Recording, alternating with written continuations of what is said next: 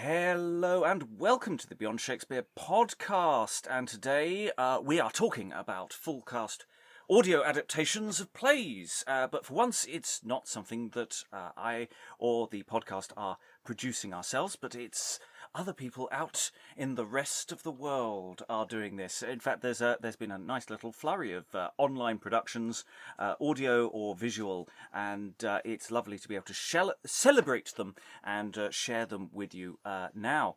So dropping around about the same time as this podcast, it should have already dropped by the time this audio is reaching you, is a production by the Lords of Misrule of The Devil is an Ass by Ben Jonson. And it has to be said, we haven't done that much Ben Jonson on the podcast or even on our YouTube feed as of yet, so it's doubly exciting for us. So I am joined today by two intrepid explorers in the world of early modern drama, medieval drama for that matter, who I'm going to now ask to introduce themselves one at a time in an order that I should have established before I started speaking.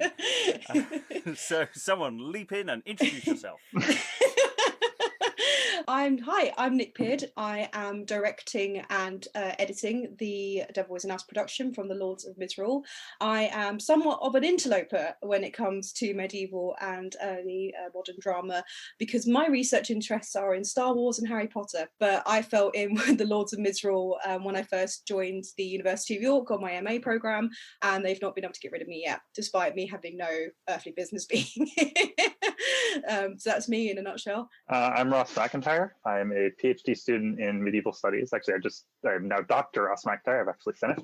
Okay. And I got involved in Lords of Misrule back in 2012 during my master's year, and have been pretty much with a couple of absences inseparable from it since. My focus is sort of more on the medieval side, so the early modern side is bit out of my usual comfort zone, but we like to try to stretch our range in Lords of Misrule. Mm-hmm. And I'm serving as producer for this play. So that is who you are as individuals. Tell me, all at once or one at a time, a little about the Lords of Misrule.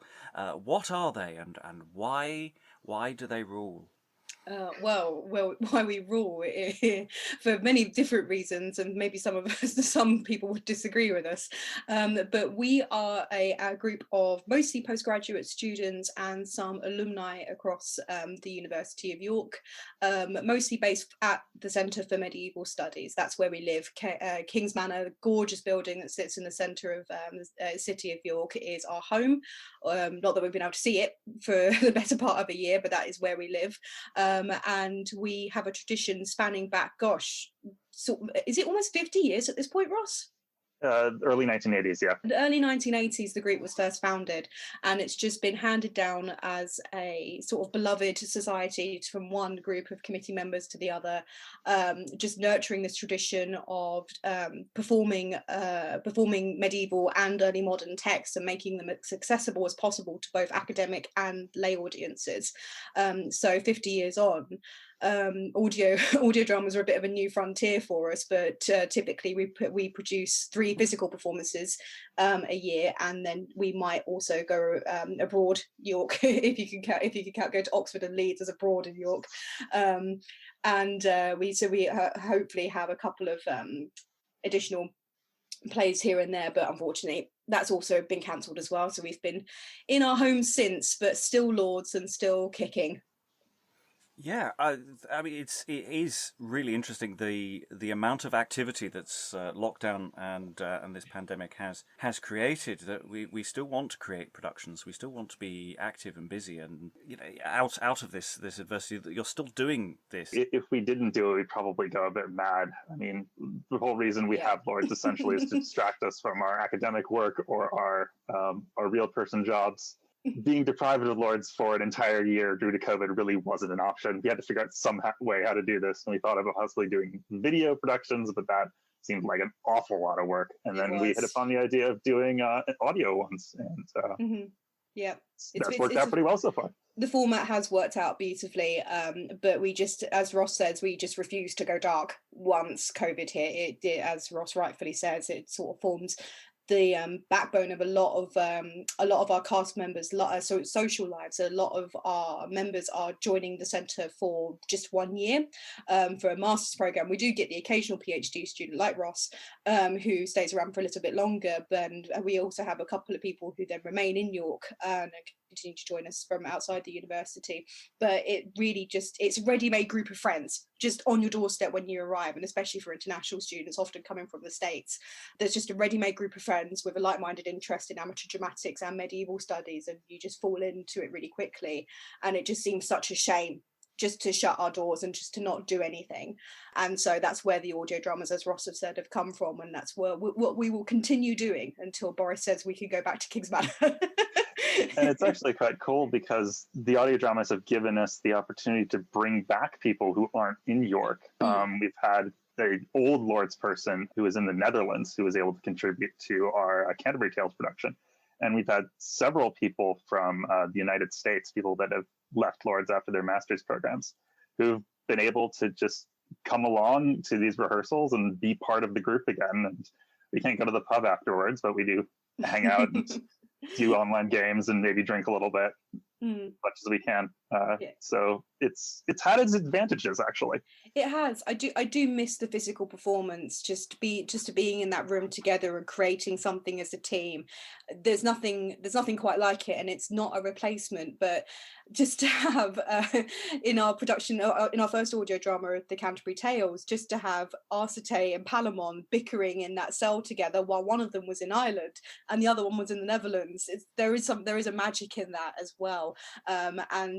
We've had a whole host of Lords alumni come back to join us for these audio dramas, which has been really, really great. So that, as Ross says, there are some benefits, but ultimately it's not the same as physical performances. Yeah, it's that wanting that buzz of the live audience reaction, getting a sense of what the play is doing to people as well as what you're getting out of it, and a ridiculous array of costumes, yes, all of our costumes are in better shape than others, but we're quite attached to them. Yes, yeah, we miss those very much. It's that element of, maybe once we come through the other side, he said, touching lots of wood around him, that the best of both worlds can come out of this, that the live performance can continue, but that there's some ongoing digital presence can continue. But let's talk about the present. The Devil is an Ass, your latest production, Ben Jonson, not a Ben Jonson that some people may have heard of before, even though it's got an absolutely fantastic title and a wonderful premise. So if you could just introduce the play, why it appealed to you, and just tell our audience what's so fab about it. Oh gosh, well, everything and everyone happens in The Devil is an Ass. I think when we were first looking at our second audio drama pick and we were exploring different options, I read somewhere that The Devil is an Ass was written at the start of Ben Jonson's decline, and we said, that's the play for us. That's the energy we want. That's what we're bringing to the table. So The Devil is an Ass focuses on a group of individuals living in London. Over the course of one day, we play with that ever so slightly in the play, just for the sake of continuity and coherency. There is a nighttime scene, but it could be a middle of the day nighttime scene. You don't know. There's just so much that happens in this play. It's just truly, truly chaotic. It focuses on Lord Fitzdotterel, Fabian Fitzdotterel, who is a pompous, arrogant lord living in London and easily beguiled into the schemes of several conmen. But also, while he's there, he's also accompanied by one of the devil's minions, Pug, who is put on Earth really just to cause chaos and wants to prove to the devil that he can do so. And he's swept into all these machinations about social class, about gender equality, etc., etc. And then there's an actor who pretends to be a Spanish woman in order to get some land and some money off of Fitzdotterel. It just goes on and on and on until it all sort of unravels at the end of the day. And it's revealed that Pug is a devil, but nobody really seems to care that much or really focus on that part anymore. It's just this absolute chaos that just bounces off of each other, and all the characters interact in such an interesting and funny way. And we really loved those character dynamics. In comparison to our first audio drama in the Canterbury Tales, so much of that is action based. and a lot of, oh, here comes the knight and he's doing these fantastic things, and Arcite and Palamon are fighting, and here comes Theseus on his horse. It's such a different vibe to that. I mean, a completely different period, but just that we were really excited to have a chance to look at all these character interactions and to develop that over an audio medium, especially when you don't have characters who can take one another aside and argue in the corner before coming into the main stage again. I think that's what at the core of this play is how the characters respond and interact with one another and try and interact with their very strange lives. And I think that having a sort of very wordy play that is based on character interaction was a good call, because Lords, like a lot of sort of groups of that kind, is very into physical comedy.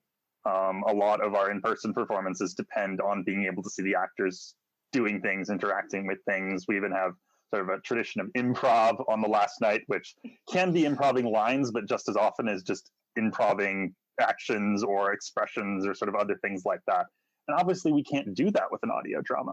I think we were a bit afraid we were losing some of that banter, some of that back and forth. And to have a play that really encourages that was, I think, a really good call. Yeah, the Pug, who's I mean, the play opens with this wonderful sort of The Apprentice style scene with Pug just saying to Satan, "Look, please, let me prove myself. Let me go down. And you're not ready.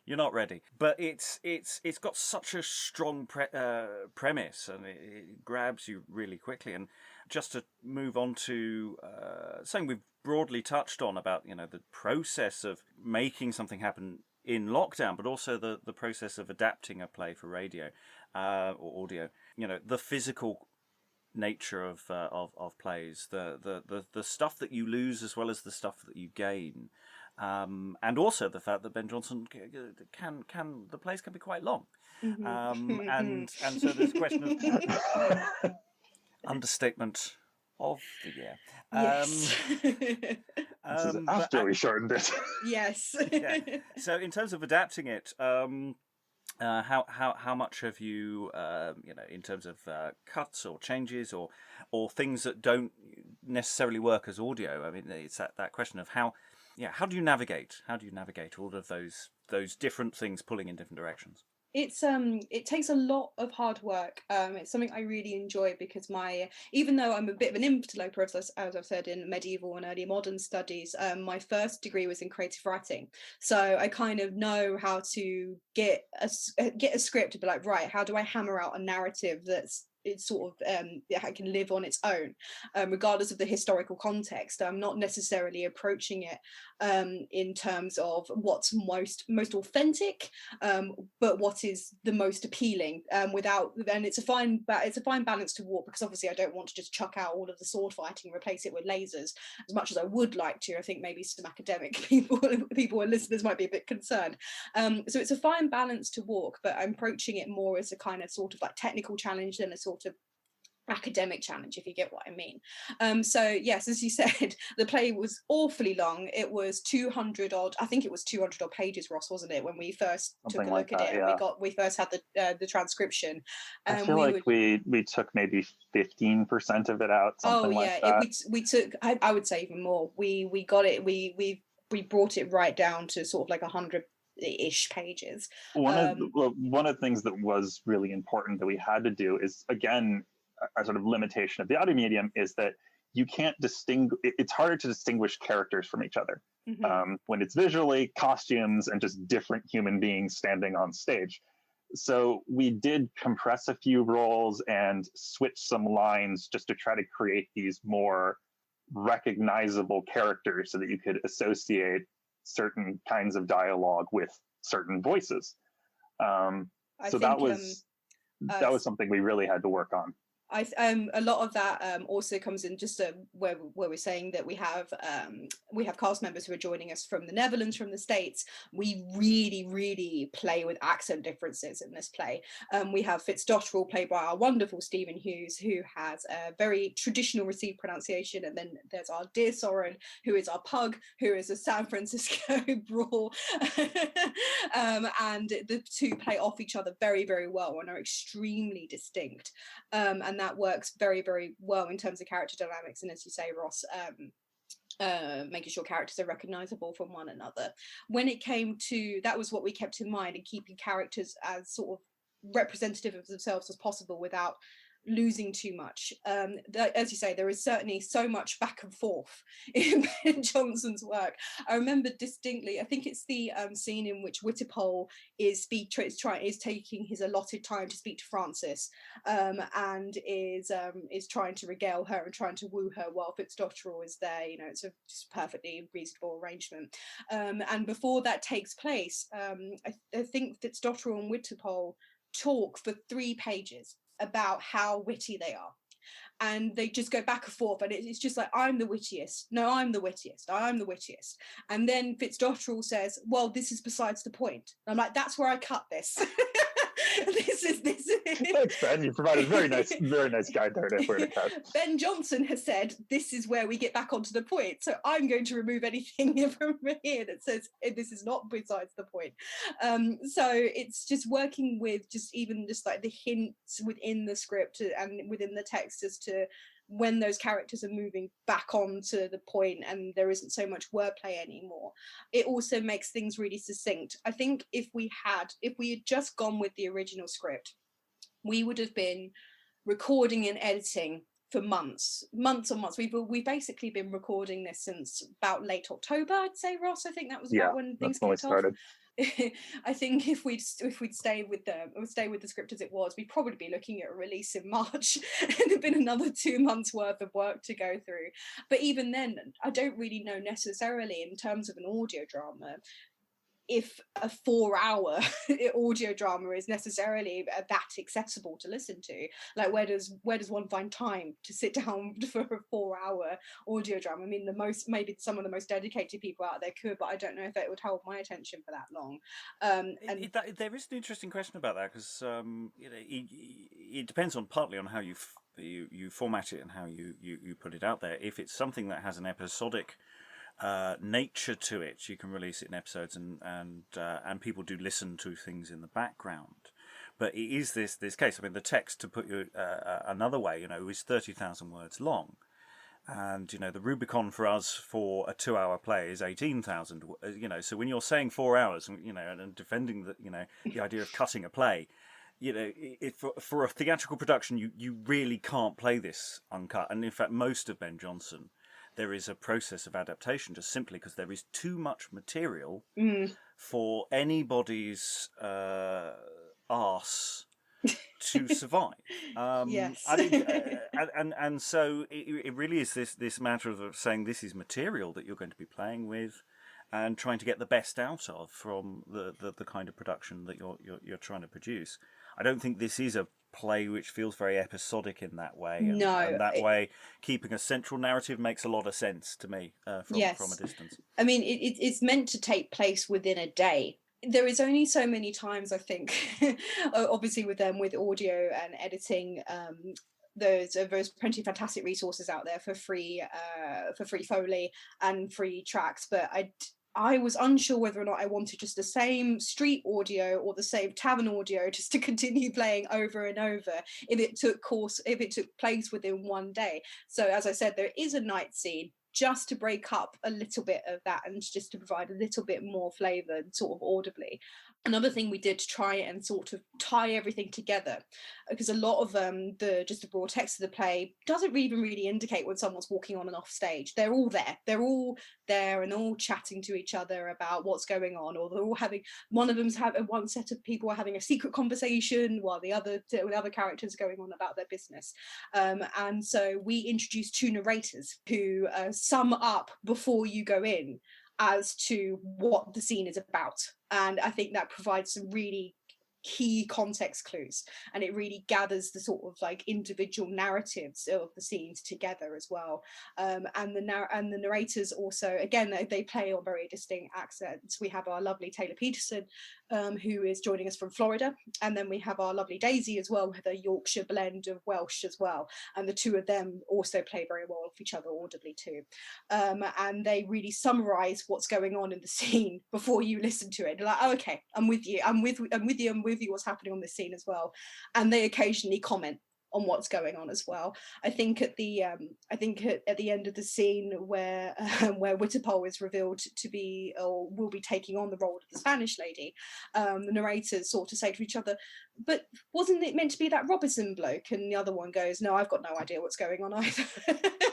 Got a fun thing to mention about that later, but oh yes, the Spanish lady. Our Witterpole is played by our wonderful Sarah, who is Irish, and when Susanna and I, my co-director, casted this play, we knew we wanted to hear an Irish Spanish accent.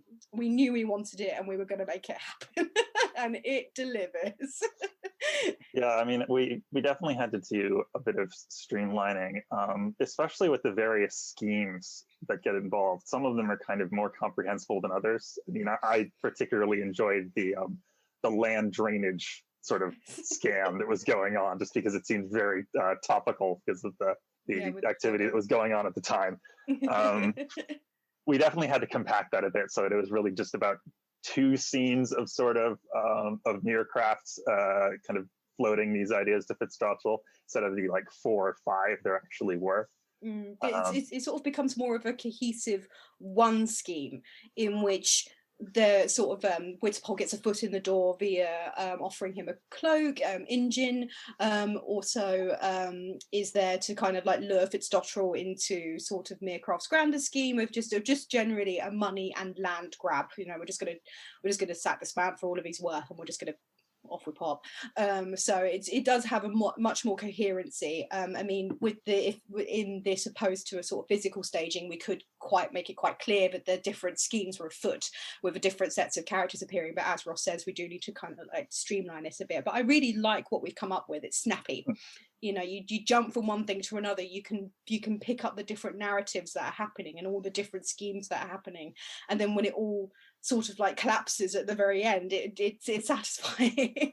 It's satisfying to get Fitzgerald, especially who isn't an appealing character at all, especially to kind of really get his comeuppance at the end as well.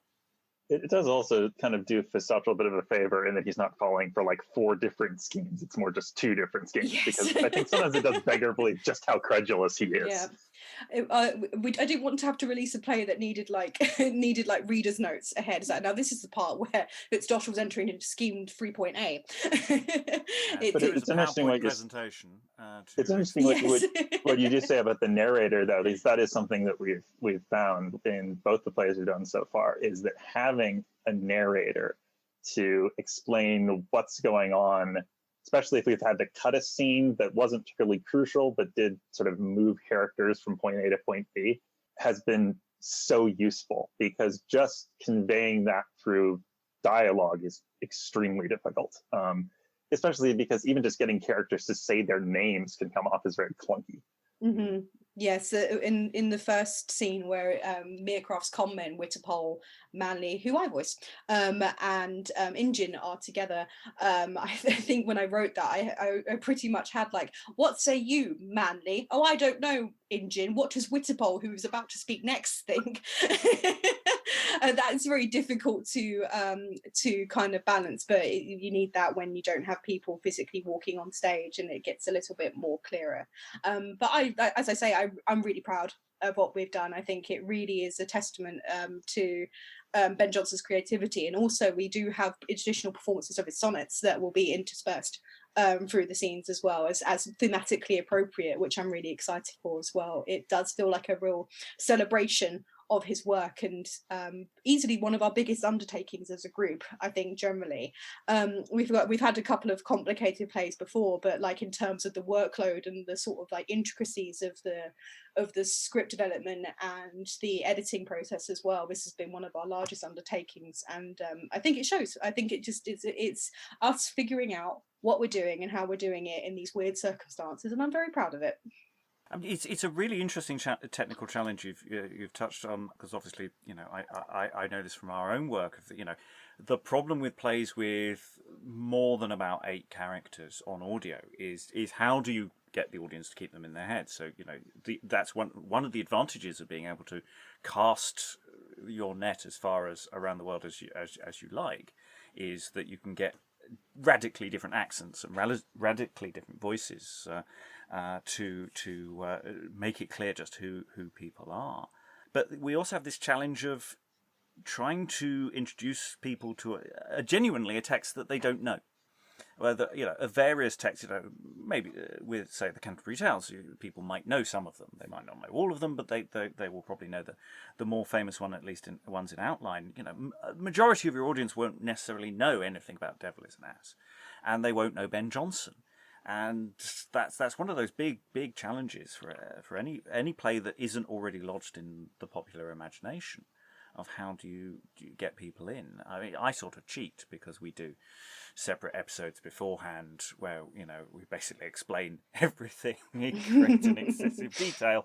And then we do the full cast audio where we sort of say, well, just keep up. Though we do, change and adjust and remove the more egregious physical stuff. But it's interesting, some physical stuff works incredibly well.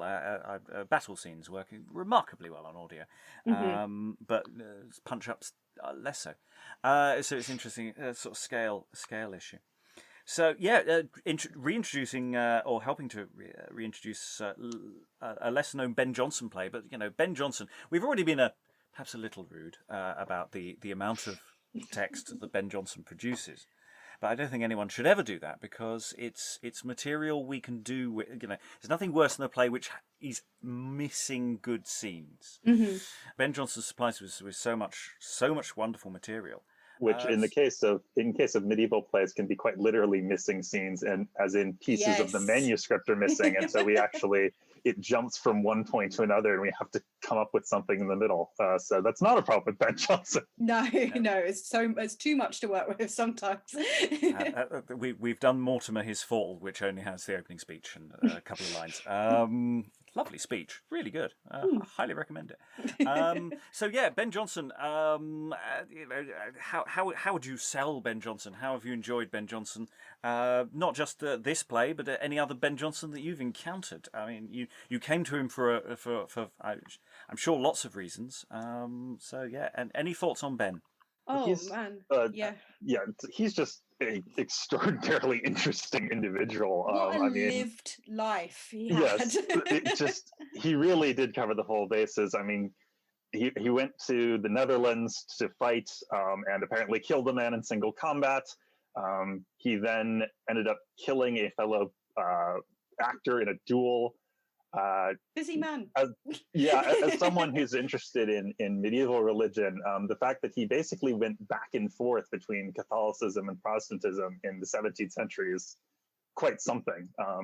So to see him sort of going back and forth is kind of showing that those religious lines can be a lot more permeable than we might necessarily give credit for.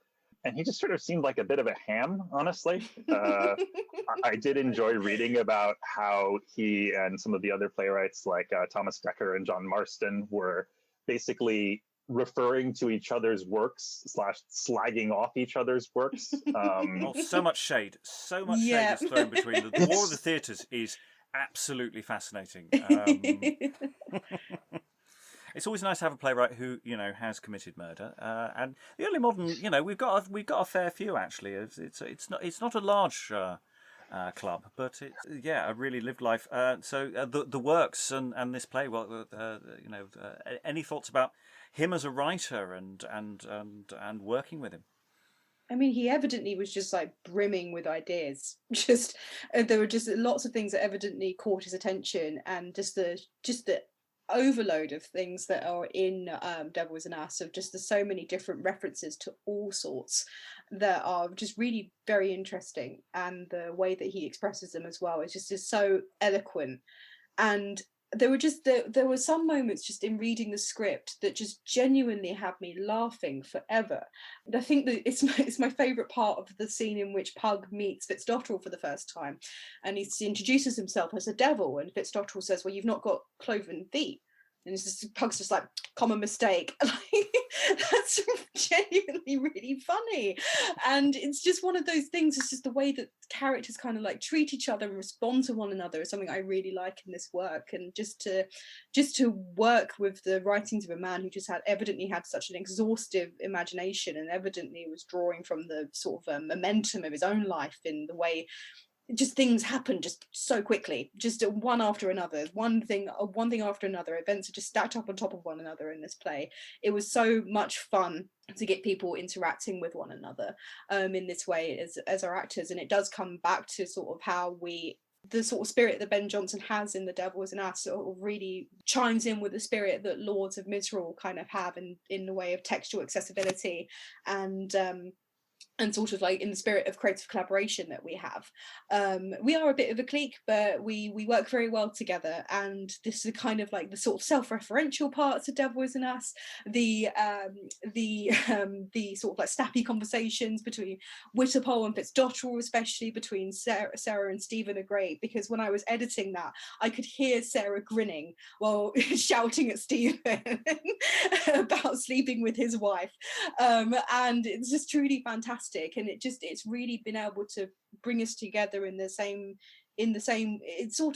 way that we did before, where we gathered together and we found sort of like in the spirit of collaboration and friendship, and it sort of like reawakens that for us. And just the way that the characters are so interesting with one another, what they're seeking from one another, it just really brings out so much in us, and it reminds us so much of why we gathered together in the first place. I think what I'm trying to say is that the spirit of Ben Jonson and the spirit of The Devil Is an Ass, it really sits very well with us as a group, and I think you can hear that in the final production.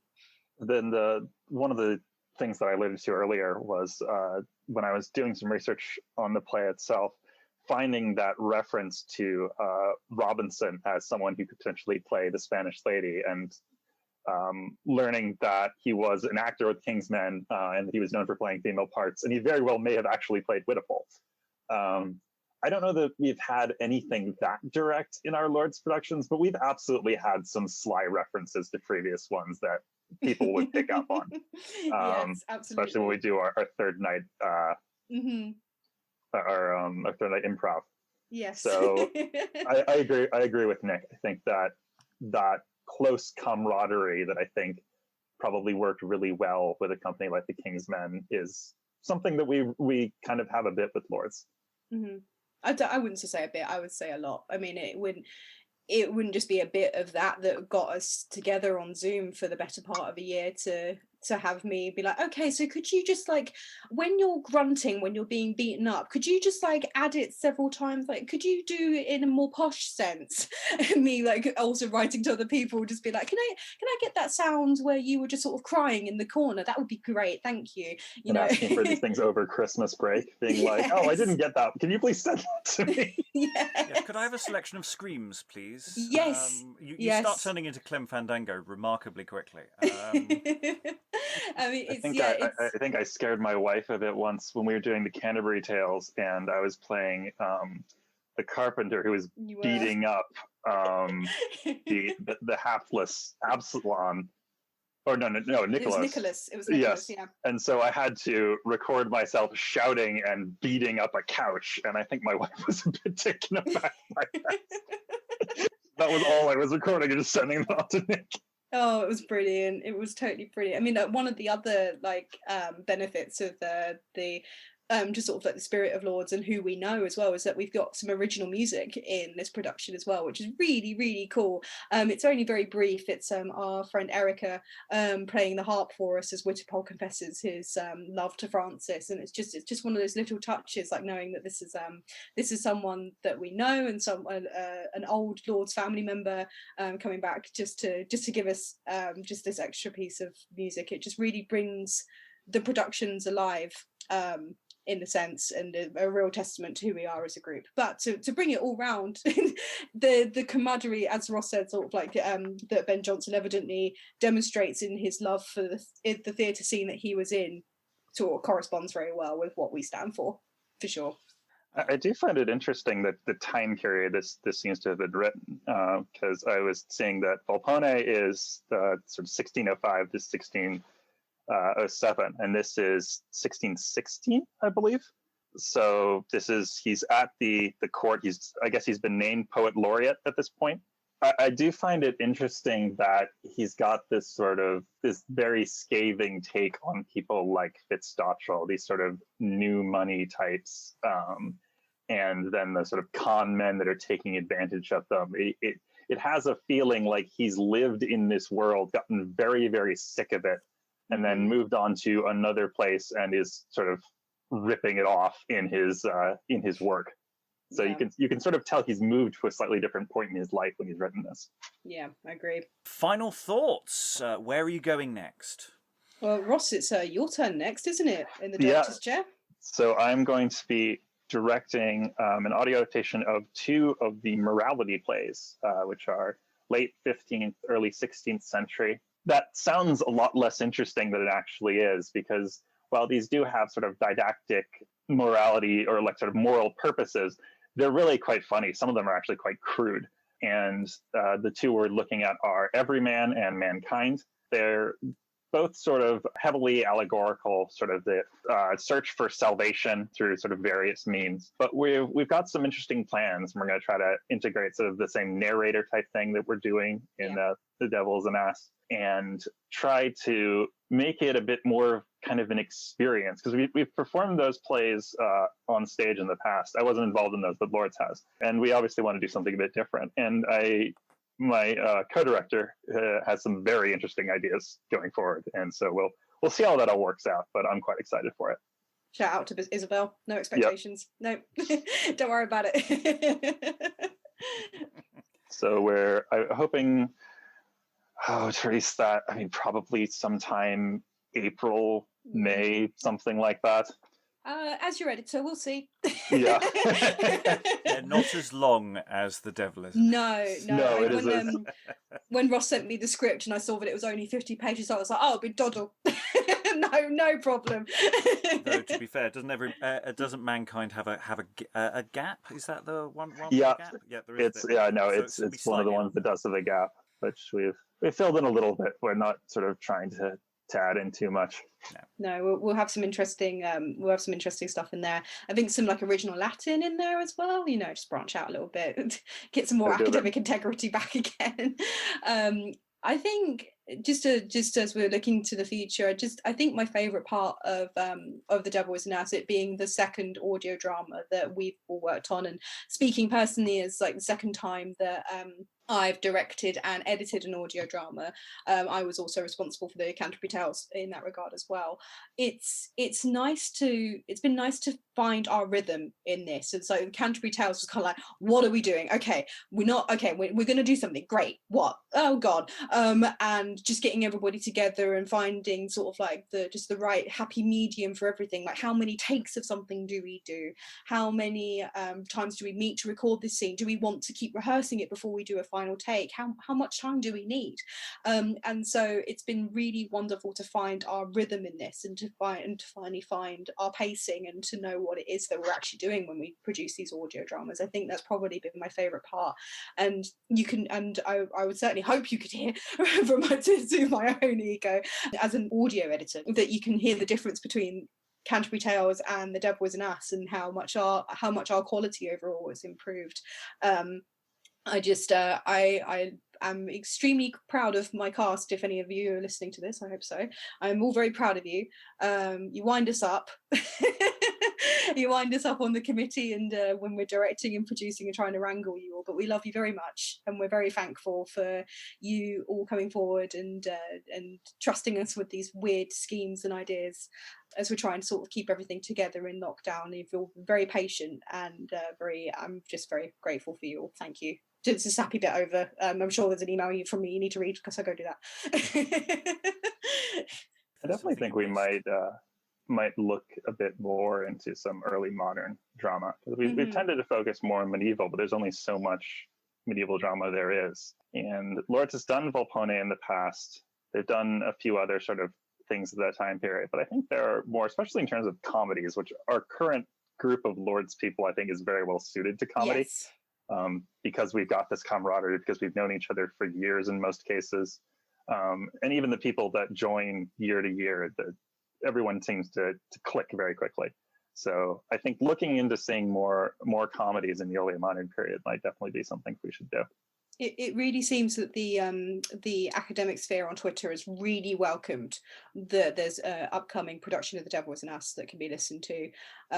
Just sort of the general excitement is it's something we don't really usually sort of see. I mean, it's difficult in terms of sort of switch what we found in the switch from like sort of physical production into audio is that we tend to have a niche audience. We drive to have textual accessibility, so anyone who happens to wander in and is interested kind of can get the drift of what's going on and isn't intimidated by kind of like the academic sort of like context obscuring it. But the vast majority of our audiences are academic, and to branch out of just sort of like branch briefly out of the medieval into the early modern and just have such a welcome reception, it really is encouraging that that we can continue on with this and we can continue to branch out in this way. So I just completely echo Ross. I am really excited to look at more early modern stuff and sort of broaden our repertoire as I might say. So well, I know from our exploring sessions that